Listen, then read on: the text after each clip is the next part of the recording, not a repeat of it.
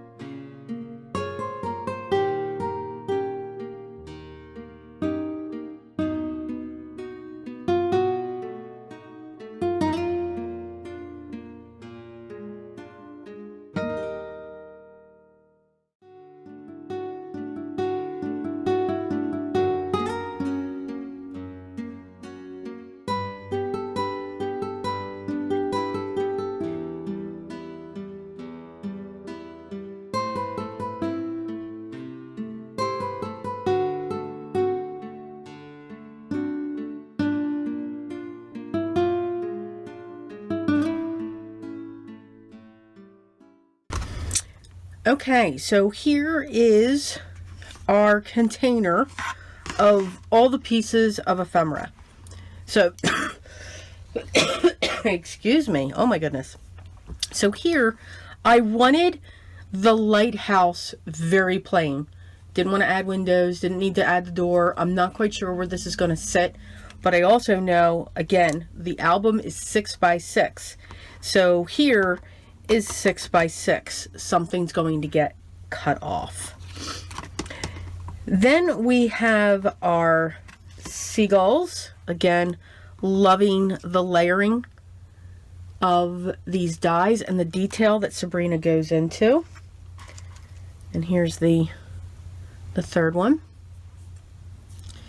Here's our compass. Again, very rustic with the compass. I kept the letters around it because wherever I put this, I will put those letters that sit around it. So I'm going to keep that envelope with this. We have these gorgeous swordfish. I really wanted to hit the metallics on these and really bring out the colors and the shine when it comes to those layers. Of course, we have our adorable pelicans, and again, I did them the same that I did in my previous project for Scrappy Tails. Why fix it if it's not broke? Here is the anchor. Again, pulled in that metallic to have that go around. Here's the life preserver. Again, going around with that vintage photo as well. We layered the grasses again, and also altering them, adding vintage photo towards the bottom. Here is our fence, and we can go through our colored pieces. So again, just one layer of alcohol ink, one colored pencil, just coming in and adding those details. These dies in this set cut out sections that you wouldn't think it would cut out, all throughout that sailboat, again between the legs of that seagull as well. And then we have just a different version of the compass. So bright, bold, a red and a blue going on in there. Another lighthouse we've got going on. Starfish. Here's a sailboat. I just pulled a lighter color in, and then just have a thin line of white. Another life preserver. A couple bottles, or message in a bottles, 2 different sizes. And then we also have our message in a bottle here. It looks 3D because of the string that I tied and the piece that I cut. So really have to work it to make sure that this piece here can overlap that. And again, I just cut this out because after you die cut it, you get that line, and that's what I followed to do that. And then I just hung the charm. So not interactive, but a little bit of a 3D element that we can add into the album. And then this here is also a 3D element because we can open this. And what's great is the recipient who's getting this could put a picture right in there instead, and then it'll have a closure that's going to sit on that as well. So again, a way to make this an interactive piece to play with. And it's going to be glued completely around the back, but this will stay open. So that's why we die cut it multiple times. Give it its strength so that it'll hold up. And again, we've got all of our sentiments. So those are all the pieces for our ephemera that we have for our album. I really think we have plenty. I believe that I will be able to create possibly a couple cards with this set that I have. The only thing that I have left is this, and I'm going to work with this. I die cut this from a piece of coffee dyed paper. I always keep a stash for the junk journals that I make within my business. So always have this, and we're going to have fun playing with this. I think this is going to be one of the elements that sits on the cover. So we'll put that in there as well. There's the letters, and then we just have the extra birds that we can place around, and then our frames that we can create. So we are getting there. You know, the time that it took to color those pieces, to stamp and to color and to die cut, I'm going to say it's about 2 hours. To do all of this die cutting that I did, I used almost every single piece from the collection. I just missed the small anchor, and I did not use the ship wheel.